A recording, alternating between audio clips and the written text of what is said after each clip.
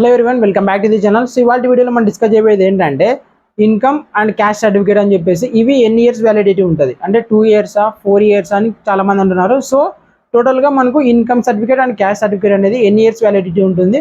ఒకవేళ 2022లో చేయించింటే ఏమైనా రెన్యువల్ చేయించుకోవాలా అండ్ 2023లో చేయించుకున్నా రెన్యువల్ చేయించుకోవాలని చెప్పేసి ఇలా చాలా మంది స్టూడెంట్స్కి అయితే డౌట్ ఉంది.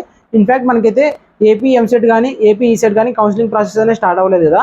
సో అంతలోపే మనకు వచ్చే cash certificate and income certificate అని చాలా మోస్ట్ ఇంపార్టెంట్ సర్టిఫికేట్స్ అనమాట. సో అందుకోసమే ఇవనేవి మనకు ఎన్ని ఇయర్స్ ఉంటే అంటే ఎప్పుడు చేయించుకుంటే వ్యాలిడిటీ ఉంటుందని చెప్పేసి కంప్లీట్గా అయితే వీడియోలో మాట్లాడుకుందాం. అలానే ఎవరైనా ఫస్ట్ టైం మన ఛానల్ చూసినట్టయితే వీడియోకి ఒక లైక్ చేసి వెంటనే మన ఛానల్ అయితే సబ్స్క్రైబ్ చేసుకోండి. మరిన్ని అప్డేట్స్ అనేవి మిస్ కాకుండా ఉంటారు. లేట్ ఎందుకు, let's get into video.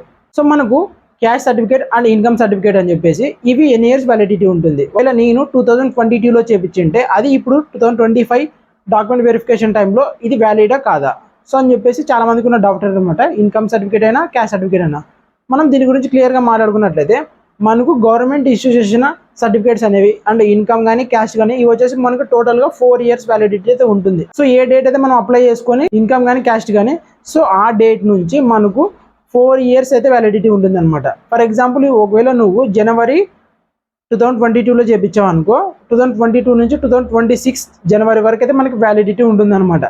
Once జనవరి అనేది కంప్లీట్ అయిపోయిందనుకో 2026లో అది ఇన్వాలిడ్ ఎక్కువకి వస్తుంది. సో ఇప్పుడు మీ డాక్యుమెంట్స్ అనేవి మీ ఇన్కమ్ కానీ క్యాష్ కానీ ఒకసారి మీరు ఎప్పుడు చేయించారు అందులో డేట్ ఉంటుంది. సో మనకి income certificate and cash certificate number కింద ఇష్యూ చేసిన డేట్ అయితే ఉంటుంది. సో ఒకసారి ఆ డేట్ అనేది చెక్ చేసుకోండి. ఆ డేట్ నుంచి ఎగ్జాక్ట్ 4 years అయితే మనకు వ్యాలిడిటీ ఉంటుంది. సో మీ డేట్స్ అనేవి ఒకవేళ 2022లో ఉంటే ఏం పర్లేదు, 2021 ఉంటే కన్ఫామ్గా రెన్యువల్ చేయించుకోవాలి. మీరు ఒకసారి మీ ఇన్కమ్ అండ్ క్యాష్ సర్టిఫికేట్లో అయితే డేట్ ఒకసారి చెక్ చేసుకోండి.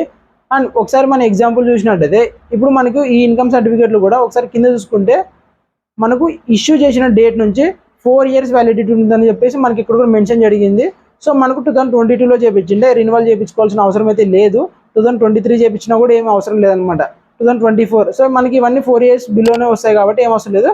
ఇన్ఫ్యాక్ట్ మీరు కనుక 2021లో చేయించినట్టయితే కన్ఫర్మ్గా దాన్ని అయితే రెన్యువల్ చేయించుకోవాలి. సో ఇదైతే మీకు ఇవ్వాలనుకునే ఇన్ఫర్మేషన్ అనమాట. మనకు టోటల్గా income certificate and cash certificate అనేది 4 years వ్యాలిడిటీ ఉంటుంది కాబట్టి మీరు ఒకసారి దాన్ని క్లియర్గా చెక్ చేసుకోండి. మన ఫీజు రియంబర్స్మెంట్ అనేది క్యాష్ అండ్ ఇన్కమ్ బేస్డ్ మీదే ఉంటుంది కాబట్టి ఒకసారి దాన్ని మైండ్లో ఉంచుకొని ఒకసారి క్లియర్గా చెక్ చేసుకొని ఎక్స్పైర్ ఏమైనా అయిపోయి ఉంటే ఫాస్ట్గా వెళ్ళి దాన్ని అప్లై అయితే చేసుకోండి అండ్ రెన్యువల్ అయితే చేయించుకున్నాను అనమాట. సో ఓకే, మరి నెక్స్ట్ వీడియో చూసుకున్నాం. By by.